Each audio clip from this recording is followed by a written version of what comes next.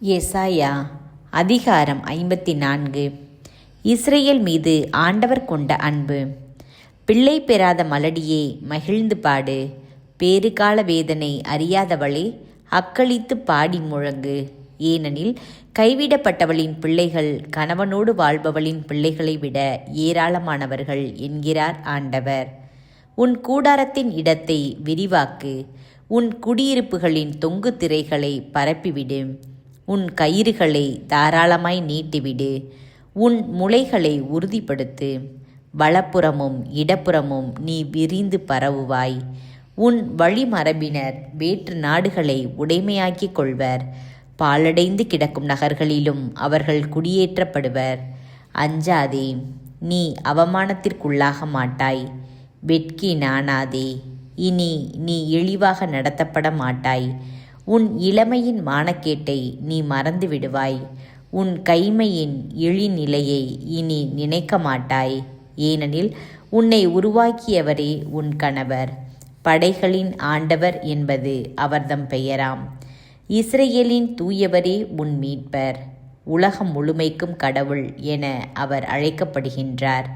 ஏனெனில் கைவிடப்பட்டு மனமுடைந்து போன துணைவி போலும் தள்ளப்பட்ட இளம் மனைவி போலும் இருக்கும் உன்னை ஆண்டவர் அழைத்துள்ளார் என்கிறார் உன் கடவுள்.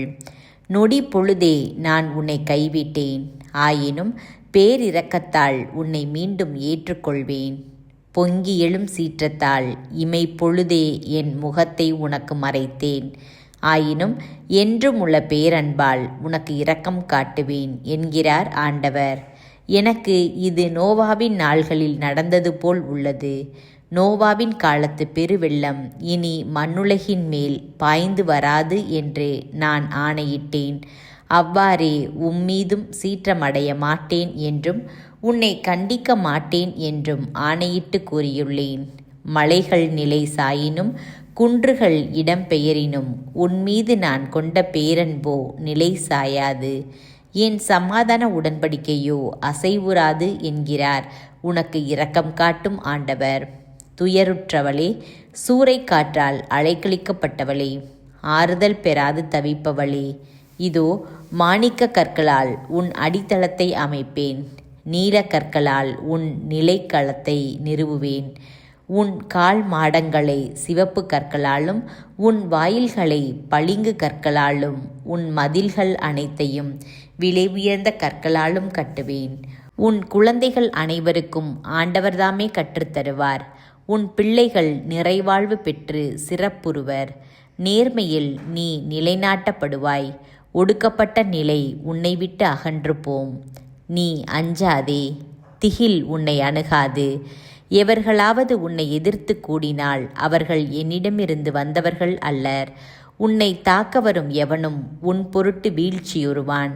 இதோ கரி நெருப்பை ஊதி போர்க்கருவியை அதன் பயனுக்கு ஏற்ப உருவாக்கும் கொல்லனை படைத்தவர் நானே. அதை பாழாக்கி அழிப்பவனையும் படைத்தவர் நான்.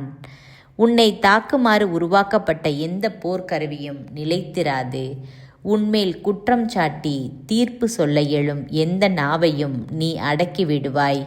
இவையே ஆண்டவரின் ஊழியர்களது உரிமை சொத்தும் நான் அவர்களுக்கு அளிக்கும் வெற்றியுமாய் இருக்கின்றன என்கிறார் ஆண்டவர்.